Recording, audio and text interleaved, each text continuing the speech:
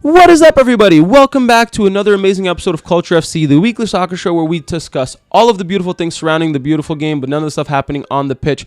We discuss music, lifestyle, fashion, politics, all of the things surrounding the beautiful game that make the sport so amazing and what it is and what we love, but none of the results. My name is Louie, and I am joined here again by my two amazing co-hosts, Alan and Brendan. What up, what up? Yo. And this week, we got into talking about the significance of the El Clásico rivalry between Barcelona and Real Madrid. As we speak, the game is currently going on our televisions. Barcelona is up 1-0. I know we say we don't discuss results, but whatever. We want to apologize for not posting episodes over the last couple weeks, but there's a very good reason for that, and you will hear about it in this episode. Louie, was away in Spain, in both the city of Madrid and the city of Barcelona, for about 12 days, and so we didn't get a chance to record podcasts, but it did provide a lot of good content for us to talk about today. We discussed what the rivalry means between these two clubs, both from a political standpoint, a cultural standpoint, and from a city standpoint, and it was just really cool to get to compare and contrast my experiences in the country of Spain with the backdrop of soccer. So we kind of talked a little bit about that. And we also touched upon a lot of the different news items that have happened while we were gone. A lot of significant stuff happening. As always, if you enjoy our podcast, please leave us that 5-star review.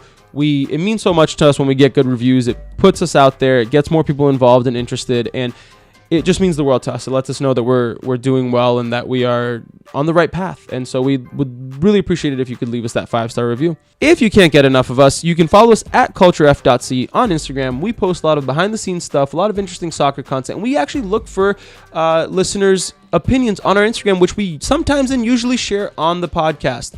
You can also follow our main Instagram at Trouble Soccer. We post a lot of different soccer content there as well.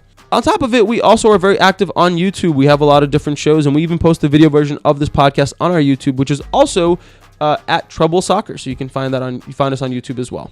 Penalty to Barcelona, but also we really hope you guys enjoy this episode. We think it's a really good one. We're happy to get back into it. It was very fun to get to sit down with my two favorite people and discuss soccer and life. So enjoy this episode.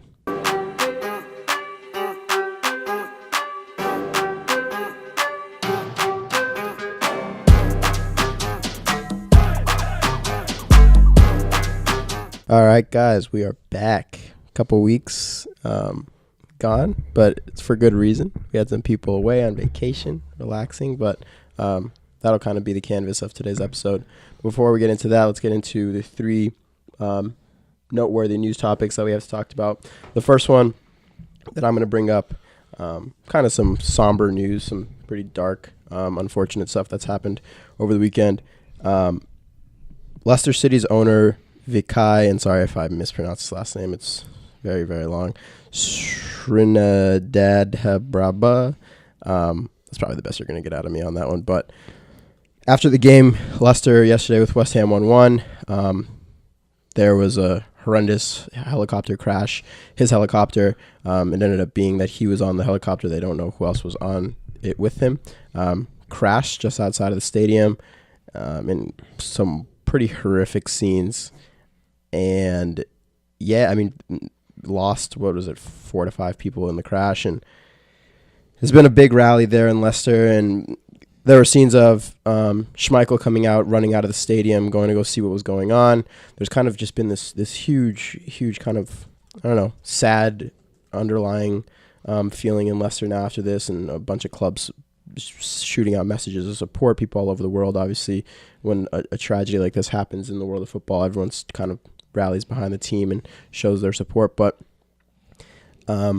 it's been sad because Leicester fans have really gotten behind this guy. He took over their ownership in 2010, and ever since then, Leicester has kind of lived this Cinderella story. Obviously, we know they won the Premier League, something that is almost considered impossible for a team of their stature in the current Premier League environment, and so people have really gotten behind him, and it's really just horrible thing to see happen. So according to some reports I saw, what they're saying, it was reported that it was the owner and his 2 daughters and 2 other unidentified people. But what I also find interesting about these reports is that none of them they're not confirmed dead yet as of right now. But a lot of people are saying that there's no way anyone could have survived based on how the helicopter, based on how everything went down, essentially. But like you said, it's actually awful, not just because, it is, a human life that is, lost, unfortunately, and it was a horrific crash. But like you said, we see a lot of stories of these foreign owners coming into different clubs and really not getting support from the fans. You actually have that very common across a lot of the Prem teams. But it's really nice to see Leicester City fans actually have taken to him very well. People like him a lot. They genuinely enjoyed his entire tenure as the owner, and it's really sad to see that this happened. And I mean, it's such an awful place for it to happen too, like right outside of their stadium where it meant so much for everybody there. So my heart goes out to him and his family and to all the Leicester City fans, because this is genuinely shocking. On a bit of a lighter note, our friend Neymar is back at it again. He's just back at it again. Back at it again, literally. He is sporting 2 new tattoos on his back, and they are of Spider-Man and Batman. And to the normal set of eyes, you would think, why Batman and Spider-Man? But after doing a little bit of reading, Neymar has always been a pretty avid fan of comic books, even getting his own comic book series, Neymar Jr., out during the World Cup, I believe. And he just really wanted to show the love for the comic books, and more or less, I think he's more of a Batman guy than anything else. I would agree to that, I think, just because, he's super rich and could do whatever he wants, and he happens to be a superhero on the field. Yeah, I've said it enough on this podcast that I love Neymar more than anything, but these tattoos are horrendous. It's like anyone who hasn't seen it, it's like they've like did the whole fake skin ripped thing. I don't know how to even really explain it, but it looks like the superheroes are jumping out of his ripped back, and I just don't get it. It's just like. It's too much. Yeah, it's so bad. I just don't get it, Neymar. This is just such a weird tattoo.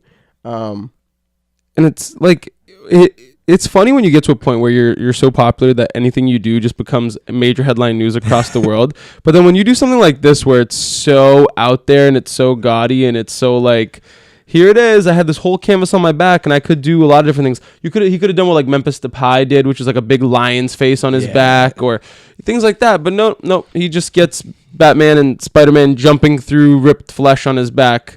Yeah, I wouldn't connect like huge, like probably one of the biggest soccer players ever. Like they usually have some pretty dope tattoos, and you see this and it's just like, dang, like you could be on like a subreddit of like, wow, look what came into the shop and I had to do this today. Like, oh man. But what's funny too is that like he actually does have dope tattoos. Otherwise, like he has a lot of other really awesome tattoos.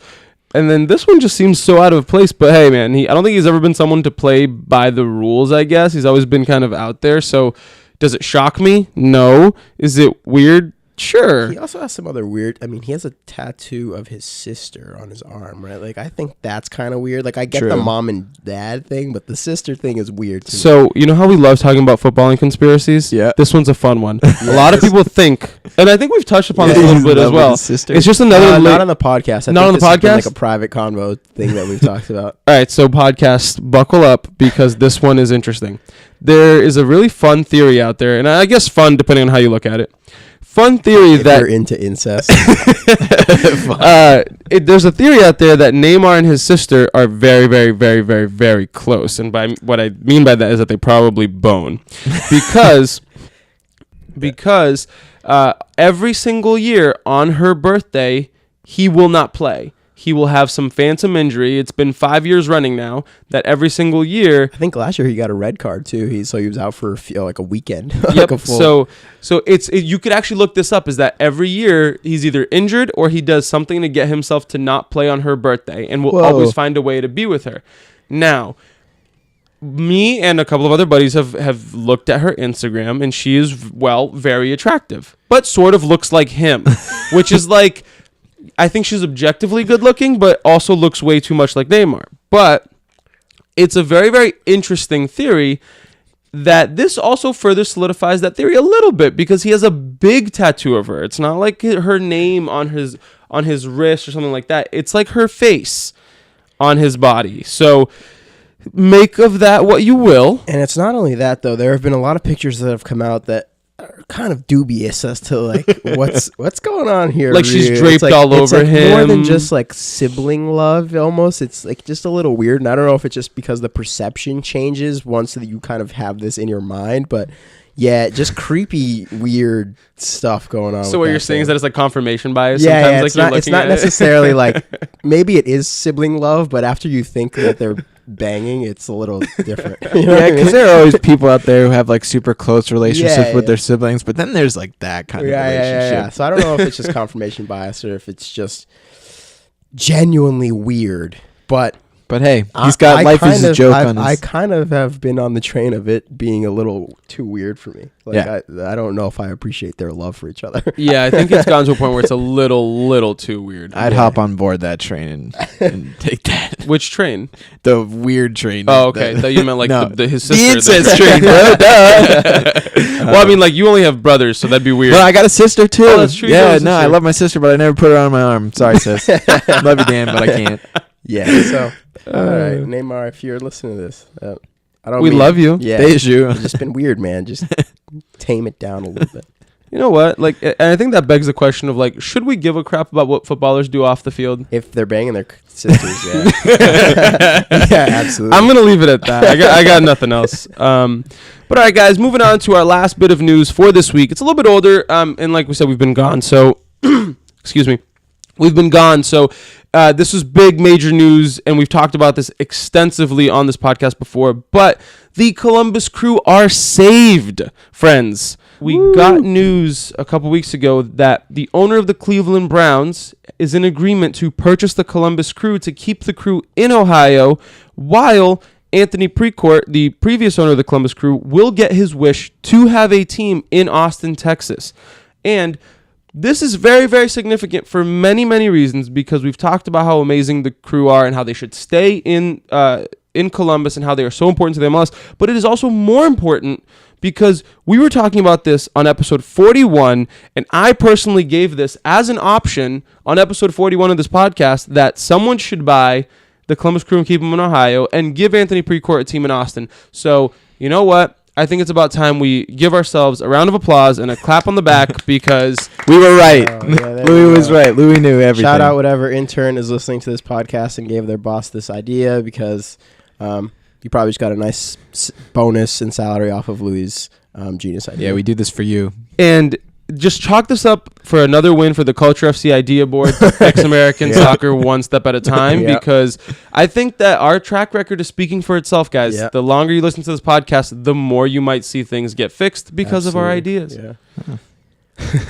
But back to the actual news. Part of this purchase is that this mandate for essentially what is going to be happening is the Columbus Crew will remain in Columbus, but part of the mandate is that this new Crew 2.0 is what the way they're describing it as, will have to secure a site for a brand new stadium, which is actually major news, because what they could have done was just, okay, cool, Jimmy Haslam, the owner of the Browns, is just going to buy the Crew and they're going to remain as is.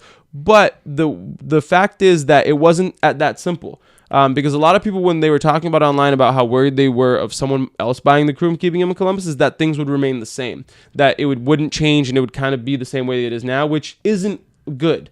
Their stadium, yes, was the first soccer-specific stadium, but it's also falling apart. So that was one of their main issues that they wanted to fix. And so with this new agreement, it puts pressure and forces the new ownership to find a new stadium in Columbus. With that being said, we're not really too sure of what the land is like out there, because even like as we've seen in Boston, it's not exactly super easy to just kind of like, okay, here, plop a stadium down. But we'll see how what ends up happening, because there is no mandate in terms of timeline for the stadium, but it is a long-term plan. But that being said, there are teams playing in much worse stadiums than MAPFRE Stadium. Sure, it's a little bit older, a little bit, not as nice. But that being said, it's probably doable for now. And hopefully, if you guys have been watching the MLS recap show we have on YouTube, you'll see that we kind of rag on the Columbus fans a little bit because some of them did sort of start to abandon this team when they thought they were moving. Hopefully, this announcement starts to bring them back to the stadium, especially as the MLS playoffs start revving up because, support your local team, goddammit. Go do it. Go do your thing. But what do you guys think? Like, are you guys excited about this news? Like, what do you guys think about this? No, yeah, I'm excited. I mean, you never want to see, like, an OG club in any league disappear. I mean, it's just not great for the sport, not great for the growth of a league. I really like the Crew and kind of all that they have been a part of in the MLS. So it's interesting and really, really great that they are being allowed to stay in the MLS, and they're going to be staying in Columbus. And hopefully you're right in that their fans now get behind them. I think that has been something that we've harped on a little bit of their fans not really showing up. But I think this will change that. I think people now are going to be behind it because it's kind of a refreshing. It's a breath of fresh air for them, and knowing that they're going to have some security there, and that their supporting efforts won't go to waste. If that makes sense. Yeah. So no, it's good, and it's going to be great for the MLS. I think overall. And just not to cut you off, B, just real quick to interject. The only thing is. We should point out, of course, is that this was only a thing that happened. The only reason they were saved is because of the fans going out there and showing their support. So I don't want you guys to misconstrue that what we're saying here is, yes, the people in Columbus 100% wanted their club. Even the mayor of Columbus wanted their club. The people there were fighting for it. What I'm talking about is people showing up to the games in the stands. Right, there was a lot of people, because you know what I mean? Anytime there's like a protest or something that people are getting involved in, there's always a small group of people who make the biggest change. Right. And a lot of the people are just kind of like, they support it, but from far away. So hopefully those people who are supporting from far away now go back to the games. I got a crazy conspiracy. So Bob Kraft, Patriots owner, also owns the Revs, right? I don't know how many other football team owners own soccer teams as well, but from what I know, there's Arthur Blank, who owns the Atlanta Falcons and Atlanta United. Now Jimmy Haslam, who owns the Browns and will be owning the Crew, and Bob Kraft, who owns the two. And then I think the guy who owns Kansas City Chiefs owns something. I could be wrong, but so I think there's a paradigm shift happening, boys. I think that with all the injuries in football and, just like the popularity of soccer abroad and seeing how well Atlanta United has done and just where the sport's going, I think there's going to be a major shift in where these owners are going to take a lot more pride into what they do for soccer because they see it as another market to enter into and see how well that you can and how much money you can make. Yeah. So I think that these football owners are actually going to do the right thing after seeing Atlanta. Like, they're going to put more money. And I know Bob Kraft, we always argue, like, is he really doing a lot for the Revs? But, like, I think that there are going to be moves made in the near future. Quote me on it, because we're going to be right about something else out there. Another idea board. So, B, this is super interesting that you said this, because I was actually talking to somebody the other day about this. And the fact that you said that makes me so happy, because my theory is that Bob Kraft is simply waiting for the Patriots to stop winning to then focus on the Revs, because he's friends with all these guys. They're all in this like circle of football group owners. But my theory is that he is simply waiting for the Patriots to stop being good to then start giving a crap about the Revs, because the simple fact that the NFL's ratings have been dropping year over year over year for the past 5 years. People are tuning in less. People are not watching as much. People are like, the fact remains is that people are getting brain injuries and brain damage from football, yet the NFL is doing nothing about it. And that's not sitting well with people. So my theory on this, and we're putting this up to the Culture FC idea board, is that as soon as the Pats start sucking, the Revs will start making waves. We'll have a new stadium. All this stuff will happen. Why do you think he's waiting for them to suck? So I think my choice of words there is not the appropriate words. It's not necessarily waiting. I think he's super wrapped up in the Patriots being so great and winning so much and going to Super Bowls year in and year out, that it's not so much as waiting. I think that he clearly sees the value of having a soccer team, or he wouldn't have invested 26 years ago. But I think that, yes, he's been trying to get a stadium, but it hasn't been full on effort. It's been like minimal effort from his part to try and find a stadium, of course. the biggest effort that we saw come from him was when we thought Boston was going to try and host the Olympics in 2026 or whatever it was, which ended up not coming through, so it didn't work out that way. Now, what I'm thinking is that what will happen is that when the Patriots start to suck again or become a middling team, they don't have to go down to like the absolute basement bottom of the NFL, but let's say Tom Brady retires, Bill Belichick retires. I think that as soon as that we hit that plateau as a football team, he'll look at it and go, shit, well, soccer's on its way up in America. We have a soccer team that we've been neglecting for 20-something years. Why don't we do something to make this the best team in all of MLS? And that's when I think we'll see the Revs really take off. Okay. So once the dynasty is kind of on its way out. Yeah. I like that idea board. Whew. Look at that. I should start writing these down. Luckily, we have actual proof of these getting recorded and stuff. But anyway, back to the crew, which, was the whole point of this.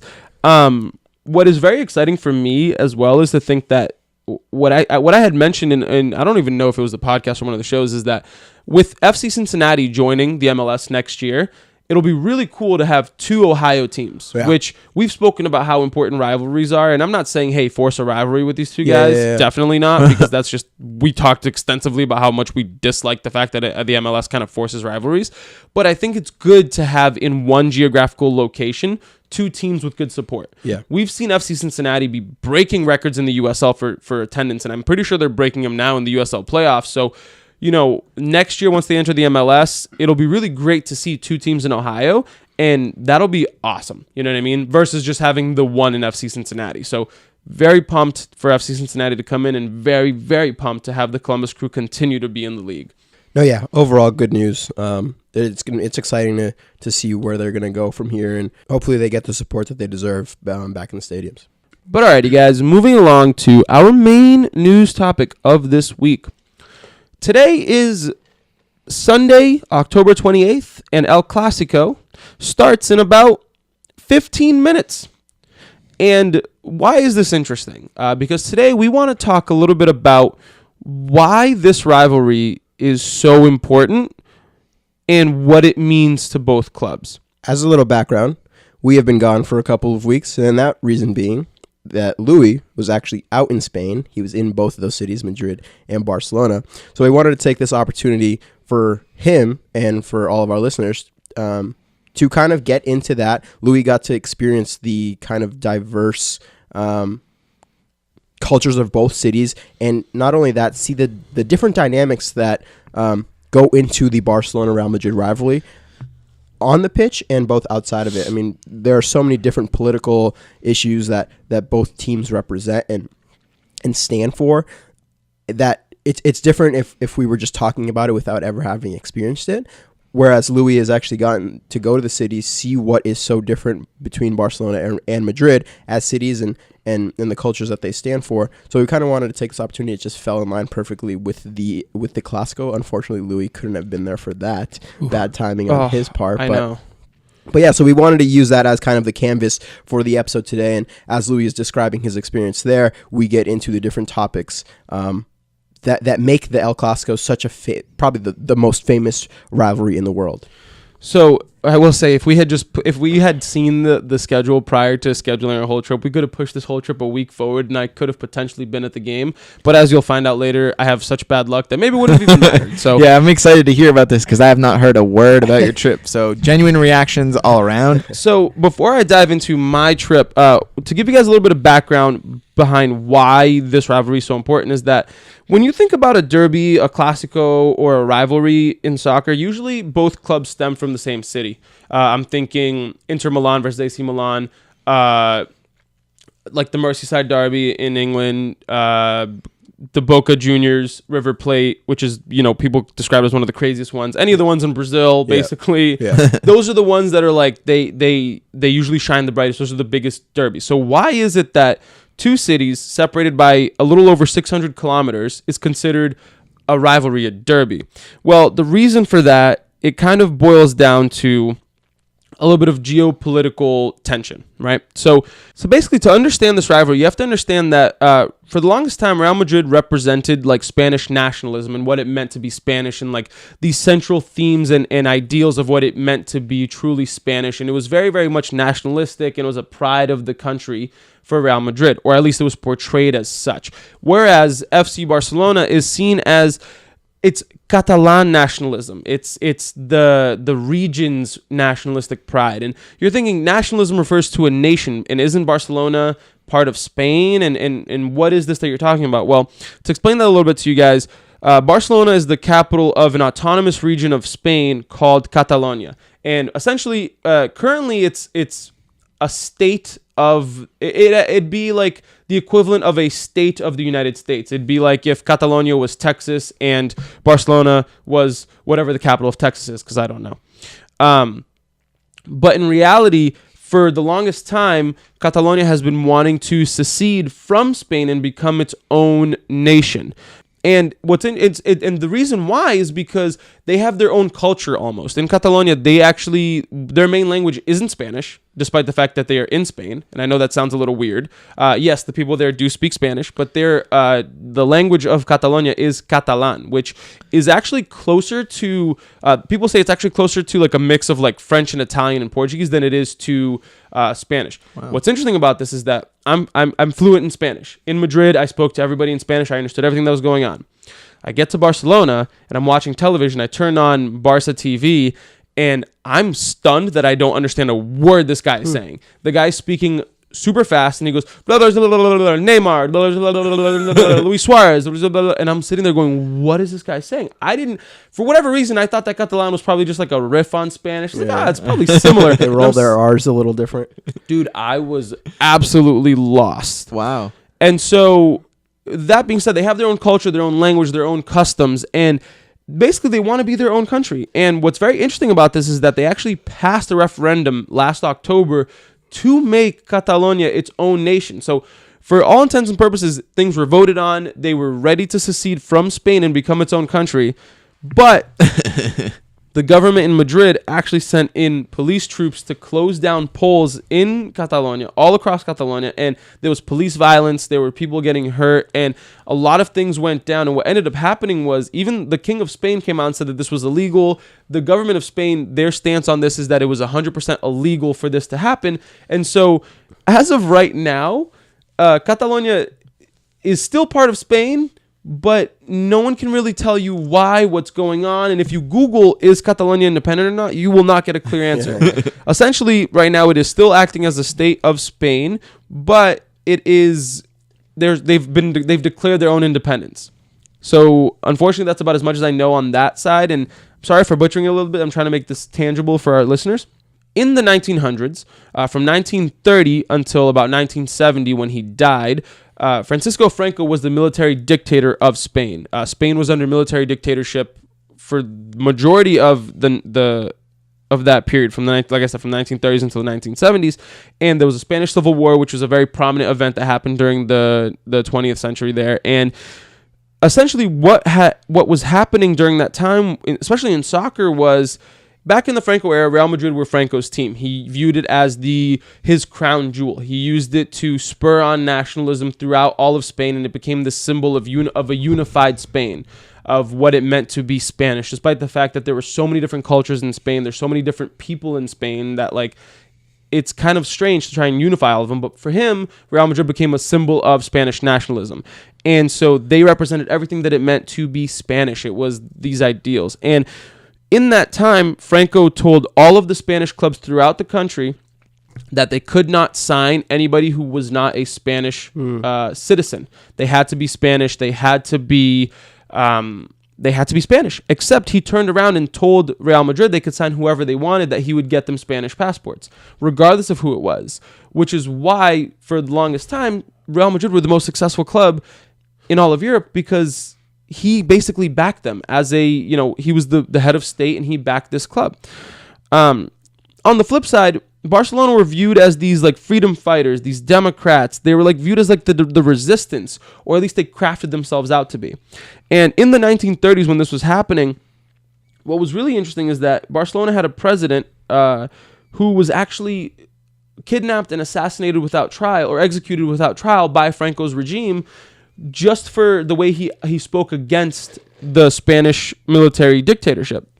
And essentially Barcelona had developed a reputation as a symbol of Catalan identity, as a form of rebellion. The way that Real Madrid was being seen as this the symbol of Spanish nationalism, Barcelona was being viewed as the symbol of resistance against this regime. And it was around this time that Barcelona's motto of Més que un club, which means more than a club, started to be used. And so a lot of people attribute it to something that was more a little politically motivated rather than just trying to say we are bigger than a club.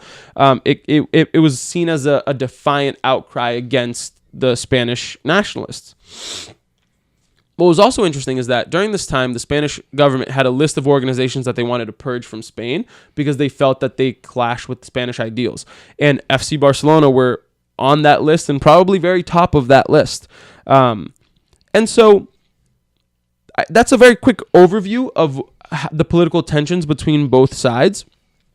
And, yes, it is 2018 and the dictatorship has not existed since 1970s. And so some people say that this story is more of a myth now than it is fact, because they say that this story, they say it fits both sides. This myth is a lie that both sides tell nowadays because it helps them put these two clubs above every other club in Spain. Essentially, it's something that a lot of people attribute saying like, yeah, maybe it was at one point, but now we view it more. We still continue to put on this myth because it makes both of our clubs more important than everybody else in the country.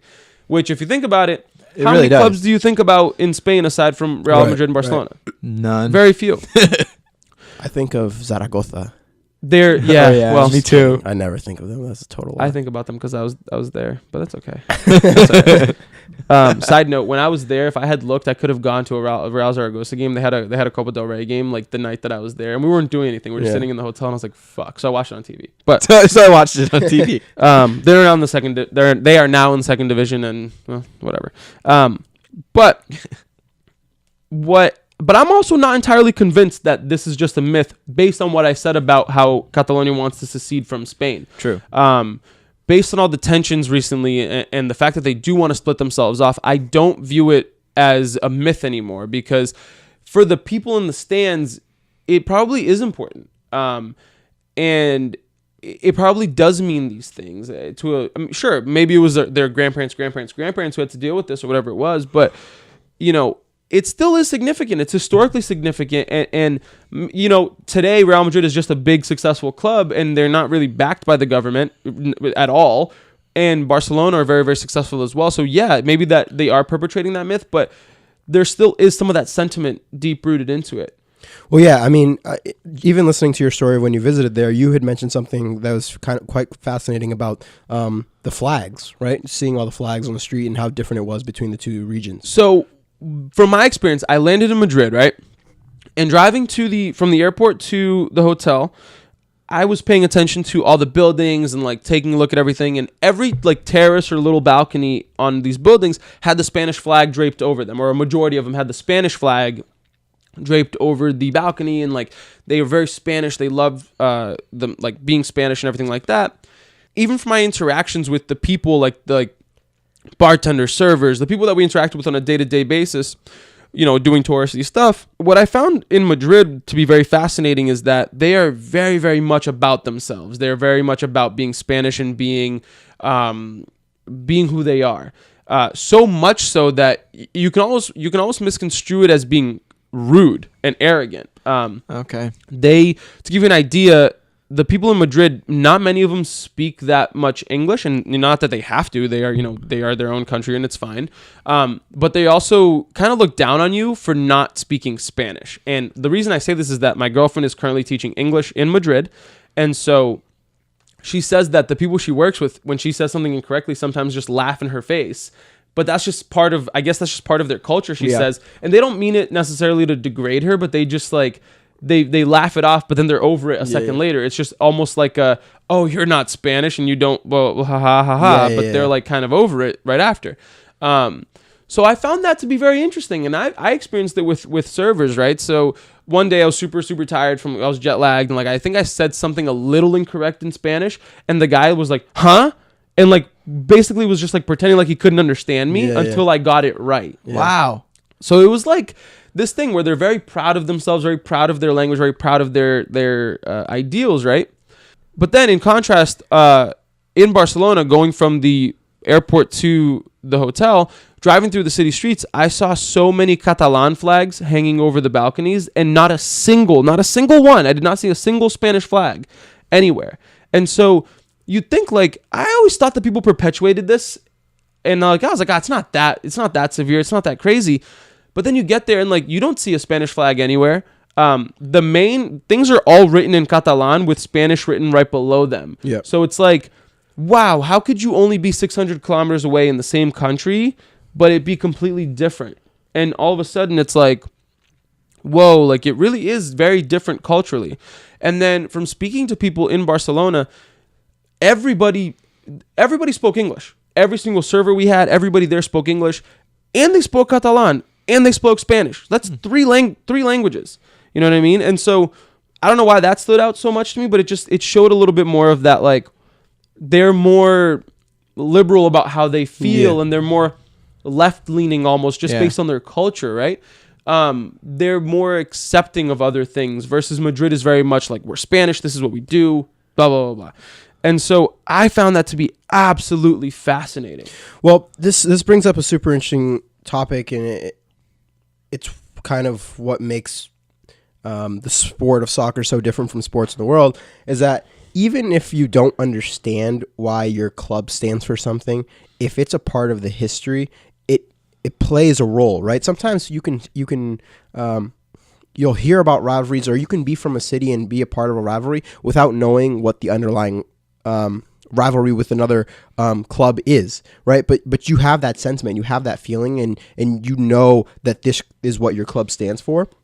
So when you're saying if you don't necessarily agree that story is a myth as to why the rivalry exists, you might not even have to, right? It could have been, but if you have that sentiment when you're going into the cities, there probably is some validity to it, right? I think that's super important in terms of the sport, because it does differentiate between the two clubs. Some part of that does, right? And I think even when they promote the rivalries, it's seen as like Real Madrid, the superstar Galactico club. Not that Barcelona doesn't have this kind of same Galactico appeal. They have the world's best players, whatever. But it's always demonstrated as kind of being the Real Madrid, the super, almost like egotistical club, versus Barcelona, the humble, kind of lovable club, per se, right? So it may not be true, but these things play an important role in how these clubs are seen worldwide. It definitely perpetuates that kind of historical like clash that they've had. And even as like me, an outsider who I wouldn't necessarily say I'm enamored with the La Liga, but like these two clubs, they totally kind of just the vibe that they give off is almost just like Real Madrid, like you said, like you see the crown, like you just see that just like regal. You see the crown, the white, clean, like kit. Everything is so clean and majestic and glorified and angelic almost. Like and then Barcelona is a little bit more of a contrast club, and it's just amazing that unlike other sports, you kind of it plays out on the field almost in like what they wear and just how the clubs are run a little bit. It's amazing. You don't see that with a lot of other sports. No, and what I love about what Alan just said and B just touched upon a little further is that even when it was Messi versus Cristiano Ronaldo, you looked at it like Cristiano Ronaldo, the superstar that they bought from Manchester United, who had just won the Ballon d'Or, who was the best player in the world at the time. They bought him, and that's what they want to do. They want to have the best players. They want to buy everybody. They have that power. They are powerful. Versus Barcelona, it was like, we raise our own. We have Xavi, Iniesta, Messi, Busquets, all these players that came up from our academy, and that's why we're so great. But at the end of the day, when you realize it today and you compare both sides, Barcelona have spent probably more money over the last 2 years than Real Madrid have spent over the last 2 years. Think of this. Philippe Coutinho, one of the most expensive players on the planet. Ousmane Dembele, one of the most expensive players on the planet. These players, like, they're signing them, and like, yes, we understand that for the longest time it was true, probably, right? And what you have to understand about FC Barcelona is that their history, it's long, but their best history is probably only 30 years old. Barcelona is a club that is very young in terms of importance. I know that, and someone's going to kill me and shoot me if they hear this, but I don't want you to misconstrue what I'm saying. The way we view Barcelona today is not the way that people viewed Barcelona in the 70s and 80s. Yeah. Barcelona really started to matter globally starting in the 90s, and even more late 90s. Yeah. I mean, all of their Champions League wins have come over the last 30 years. Yeah. You know what I mean? And European Cup wins have come over the last 30 years. Whereas Real Madrid have been globally significant since the 1950s. So I think that that little contrast is very, very important because, yes, it probably mattered back like 30 years ago where one club was viewed as on this massive pedestal of being the angelic, clean, white club. And white, I don't mean like by people, I mean that like just being clean, pure, pure. And whereas Barcelona, like with their mix of colors on their kit and the fact that they are more towards the people, it mattered back then. But now you look at it, you're like, what are you talking about? These are the two most popular, most valuable clubs on the planet. And it's interesting. What I experienced in terms of experiencing like maybe as close as I got to match culture was the day I got to Madrid, we actually did a tour of the Bernabeu, right? Which was amazing. Like got to see the stadium, which was really cool. Got up to the top stands. It was amazing.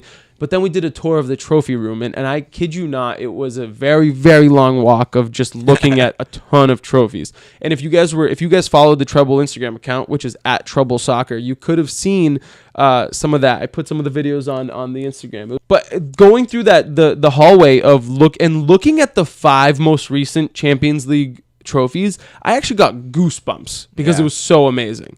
But what was interesting about that is that like these two clubs attract people and tourists from around the world. Like I'll tell you this right now. Yes, I went to Spain to watch. I went to Spain to see my girlfriend. Yes, and spend as much time with her because I love her and she's awesome. But one thing that I was looking forward to so much was going to the Barcelona game that we had tickets to, right? And so fast forward to our part of Barcelona, and we had planned the entire trip around the Barcelona game being Sunday night at 8 o'clock. We had our tickets that said so. The email that I got officially from the club said it was Sunday at 8 o'clock. That was on everything we had seen, right? So we're in Barcelona. We actually did a touristy bus, and we drive right past the Camp Nou, and I'm like, oh, this is beautiful. I took video of it, and I was like, this is awesome. We went to this little bar. We went to an official Barcelona store that had a little museum that had really cool, like, really awesome stuff that, like, had, like, the pictures of the squads of each of the years, even dating back to the 90s. It was really awesome. And then there was people selling tickets in the store, but it was so congested that we're like, let's leave. We already have our tickets. We're fine. But what I saw was it was a ton of tourists, people from all over the world, a lot of Americans like buying tickets to the game that day. So then whatever, this is Saturday, the day before the game was supposed to be. And we go out to dinner for my sister's 30th birthday. And we're at dinner, having an amazing time. We were 3 bottles of wine deep. Like each of us had like a bunch of entrees. We were like stuffed. I turn on my phone's data for a second just to like see if I could like update Instagram or something like that. All of a sudden I get a notification on my phone that says Barcelona Sevilla, Barcelona up 1-0 in the 51st minute. And I'm like, this has to be wrong. The game's tomorrow. And I'm sitting at dinner and I pull up my phone, right? And I'm sitting there and I look it up and I'm like, guys, the game's today. The game's right now. And I'm devastated. Like I'm sitting at dinner, like I'm absolutely I can only imagine. I wanted to die at that moment. Oh. And like these tickets were not cheap. No. And it was 5 tickets that we bought. So it was a lot of money we spent, right? So credit to my sister. It's her birthday. She goes, get up. Let's pay. We paid our bill. We hopped in a taxi. We're flying to the Camp Nou. We were downtown Barcelona to the Camp Nou. Probably like a 15-minute drive, right? And to this taxi driver's credit, this man literally was booking it like down the street because he looked at, we're like, hey, we got to go to the Camp Nou. He was like, what? As if like, because he was listening to the game on the radio. Yeah. And he's like, what do you mean you have to go to the Camp Nou? It's the 52nd minute or whatever the fuck it was. And so he's flying, rushing us to the Camp Nou. We get there. We get to the gate. It's like the 60th minute at this moment. The guy's like, oh, this gate's not open. You have to go around. So we're booking it. I'm running. Everybody's running behind me. And we get to the other gate. We get inside. We finally get into the gate that gets us into the stadium. And the lady goes, oh, your tickets aren't going to work here. you have to go to the gate on the this is gate 26. You have to go to gate 90. And I'm like, are you kidding, lady? At this point, it's like the 70th minute. I'm like, there's only 20 minutes left. Can you just let us in? She's like, no, I can't. It just won't work. And I'm like, oh my God, just please let us in. She's like, no. So we're running. Get to the next closest gate. The time's running down. I'm getting desperate. And I'm like telling the people, I'm like, please let us in. There's only 15 minutes left. We just want to experience the match culture. Sorry, you can't. You have to go to the next gate. At this point, I'm losing it. I kid you not, there was a very small man who was doing the ticketing check at the gate, and I've never wanted to fight somebody more in my life than the guy who was like, yeah, sorry, you have to go to gate 90. And I was devastated. And long story short, didn't get into the game. Missed out completely. I saw the outside of the Camp Nou 3 times in a weekend, I guess, which was something. Decent. But this has nothing to do with the topic. I'm just venting because I'm frustrated. I think it does a little bit. I mean, I've heard the story, but you were saying that the people there weren't necessarily the humble, super people-friendly people that you think of when you think of Barcelona. Right? Absolutely not. So the next morning, we went to go talk to somebody at the ticketing gate, and we're like, hey, like, what's going on here? Like, our ticket said it was Sunday, and the guy's like, well, if you look closely at your ticket, it says that the date and time were not confirmed. And I'm like, that's fine, sir. This is an official communication from FC Barcelona saying that the game is this time. He's like, no, it's your fault. It's your problem. You didn't look at the time. That's not our problem. And I'm like, well, we bought the tickets from you, and if it says that the date and time are supposed to be confirmed, don't you think you're the ones who are supposed to be confirming it because you're the one selling the tickets and you're the ones putting on the game? No, it's your problem. The club has nothing to do with this. And I'm like, and he's like, what do you want us to do? Send an email to everybody? And I was like, yes, you sent an email with the ticket. Why can't you send an email with the confirmed date and time? Oh, it's not our problem, it's your problem. And the woman had the audacity to hand me a piece of paper printed out from their shitty fucking printer. You can fill out this official complaint form. And I'm like, why would I fill out this form that you're gonna literally throw behind you the second I hand it to you? Like, no, I'm good. Damn. So that's crazy to think that, like, even such a club as Barcelona, like the huge fat club that in our eyes just one doesn't confirm a time. Like, that's crazy in my head to think, like, oh, you need to know what time it is. Like, what do you mean? Like, you're one of the most how much money have you spent? You can't send out an email confirmation. You're one of the richest clubs in the world. You can't even look at us and give us fucking something. I don't know. Like, they're like, oh, you're not gonna get your money back. So this is even funnier. The guy we were talking to, like the quote unquote manager, he looked at us, and before we even mentioned anything about money, we didn't mention anything that we wanted our tickets reimbursed. We didn't say anything. We just wanted to talk to somebody about something. And the guy goes, you're not going to get your money back. Wow. So they were like, yeah, no, just so you know, there's just no money involved in this. And I was like, sir, I didn't even say anything about money. We just want to talk to somebody about, like, anything, dude. He's like, yeah, you're not going to get your money back. So expect us not to really listen to you because we already told you we're not giving your money back. So best part was the woman said, oh, you can fill out this sheet or you can contact the website. So, of course, I'm like, well, email has a paper trail. I'll be able to actually have a track of the email. Sent an email. It has been a week today that I've sent the email. Do you think I've gotten a response? No. I have not. Was it in Catalan? Right? Well, no, I mean, sorry, our email only responds to Catalan. No, but okay, so this is cool because it depicts Barcelona in a different image, in a different light than the general media does, right? Like, everyone thinks of them as the nice club. They more than a club. They love everyone. People love them, right? And it's different. And I think what in recent times has really helped that image has been the Ronaldo-Messi rivalry, right? Again, two guys that depict the cultures very, very well. Ronaldo seen as the arrogant, super showboaty poster boy child, fixes his hair during matches, all this, the glitz, the glam. Messi seen as the kind of little boy who had to struggle through physical problems. He fought through the mud to get up to where he is, one of the best players in the world, et cetera, et cetera. Super humble, never hear him speak. Yeah, never. All of these crazy, they depict the two cities very well. And to hear your side of the story and hear that it's not necessarily like this, especially from a fan's perspective, but this rivalry has depicted that very well and kind of helped perpetuate that image of these two cities, has been super interesting. I'm going to be fascinated to see how this changes going forward once Messi retires and leaves Barcelona, Ronaldo already being gone from there. How if these two images are perpetuated over the next 5 to 10 years, right? Because you're right in saying that Barcelona has spent just as much, if not more, than Real Madrid. They're not necessarily this club that's promoting youth or this super humble club. They do shady things to get players gone. I mean, think of the Louie Suarez saga, all of these sagas that they have with players. They're like Neymar. Philippe Coutinho was another one who's had shady transfers to Barcelona where he's striking if he doesn't get the deals. It's stuff that continually keeps happening, and that the media doesn't necessarily cover as a whole. It's like, oh no, Barcelona, he just wants to go to his dream club, Barcelona. Yeah. But you don't think that there's something behind Barcelona saying like, hey, stop playing for them, get a strike, and we'll get you in our club eventually, right? They're not necessarily this super nice club that's just like run on perfect morals. They're following the 10 commandments of that are placed in society, right? So I think it'll be interesting to see how this shifts over the next few years, especially because the bigger they get, the more commercial they get.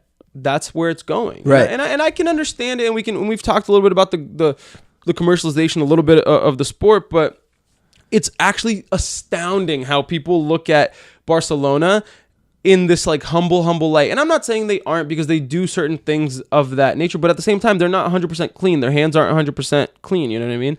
And yes, maybe you can definitely take this as bitterness, because I'm 100% fucking bitter that I didn't get to go to this game, because I was looking forward to this game so much for like over a month and a half that I bought these tickets and looking forward to it. So excited.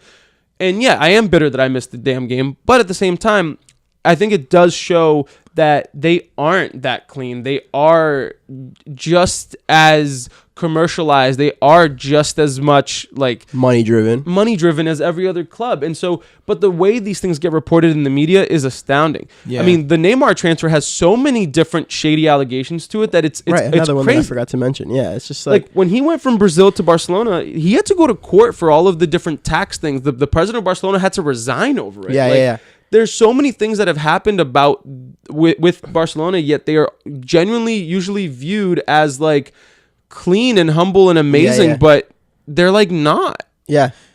And it's a really interesting point that Alan brought up. I didn't even think of this. I mean, yeah, Ronaldo's gone, and not to say that it's somewhat affected Real Madrid's performance, maybe, but to see in like the 5 to 10 years from now, like, yeah, most of these amazing players are going to be gone. So what's going to happen next? Is it going to keep on being shady, or are we going to start to see the humble beginnings kind of come back? But I don't know. I think it's impossible at this point to not see all the money in the commercialization from just getting that number one fat player and getting those jersey sales, So it'll be interesting to see where the future lies for both of these clubs. No, yeah, for sure, and it's been interesting right now because Real Madrid has started to take a little bit of the path that Barcelona does in promoting youth, and that's why kind of they're not doing necessarily so hot in the Spanish league right now. And people are like, well, they aren't playing well. Well, they're following a different path than what they're usually used to doing, right? They're used to buying the Galacticos and just having a made team.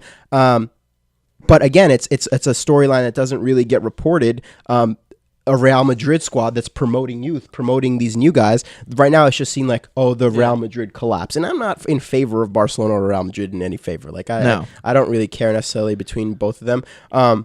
But it's just interesting to see that even when these teams are taking different paths, different routes, the reporting on it and how they are presented to the world completely different than what I think is actually happening. Yeah, 100% agree. And I think that it's to me, it was so fascinating to think about this in these terms, because it was like it was an amazing experience to get to go to Spain and experience the culture of each city. And I genuinely love both cities. Like Madrid has a lot of amazing things going for it. To give you a very quick thing, no matter what restaurant you go to, for every round of drinks you get free food.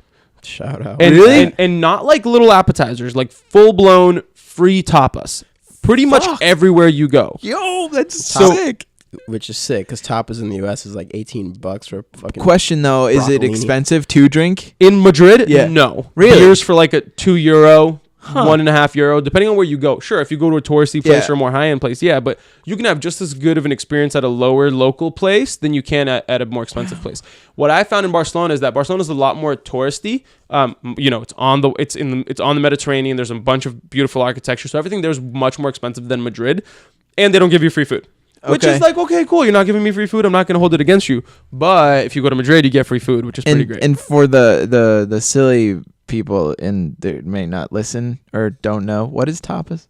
Tapas is just like small plates. Oh, okay. Small shareable plates that like asking for a friend, right? Asking for a friend to you. What is tapas? Tapas is basically just a shared plate amongst friends. So it's just like full blown meals that you can just kind of pick at with your people at your table. Ah, sweet. Yeah, so I'll let them know next time we go get food. Yeah. Tapas is good. Don't go to tapas, dude. I hate tapas. I can make I might do a whole separate podcast on how much I hate tapas. Why? But it's just like in tapas America, suck. super overpriced, and you get like a broccolini for $18. Don't okay, I'm done venting on it. But I mean, just again, like different cultures, you wouldn't necessarily expect, even on that little piece of information. Like you wouldn't necessarily think that Madrid, the capital, would be giving away free food versus where Barcelona you have to pay for all your food, right? Yeah, dude, it's just like they're so vastly different in culture, despite the fact that they reside in the same country or they don't reside in the same country, depending on who you believe. True. Yeah. But at the same time, it's just like they're so close together and they've been like linked politically and socially for so long that it was so absolutely fascinating to get to experience it both from a like living cultural perspective, but also with the backdrop of soccer on it made just so much sense. Yeah. And it was an amazing experience to get to view, despite how much I'm very bitter and hateful of Barcelona right now. It was amazing. Yeah. Overall, it was a very good trip, and just being able to analyze both sides of it. But yeah, I think that's it. I think that's about it. As we speak, Barcelona's up 1-0 over Real Madrid, which probably doesn't make you happy given everything that's happened over the last few weeks. It's okay. Philippe Coutinho, I think, was the one who scored, so I'm happy with that. Yeah. That's about it. I think that covers a lot of the differences, and you did a really good job of kind of summarizing for dummies the history behind them and how the different cultures are. So I think that about wraps it up, and that's it. Well, you got any final words, parting words from anyone? Fuck Barcelona. All right. Yeah. So that about wraps it up, guys. A super interesting topic. It was cool to get some kind of firsthand experience from Louie on the differences between Barcelona and Real Madrid. We really hope that you enjoyed it. If you have any questions, please do not hesitate to reach out to us through any of the various links in the show description. As always, if you like us, leave that 5-star review, and we'll catch you next week.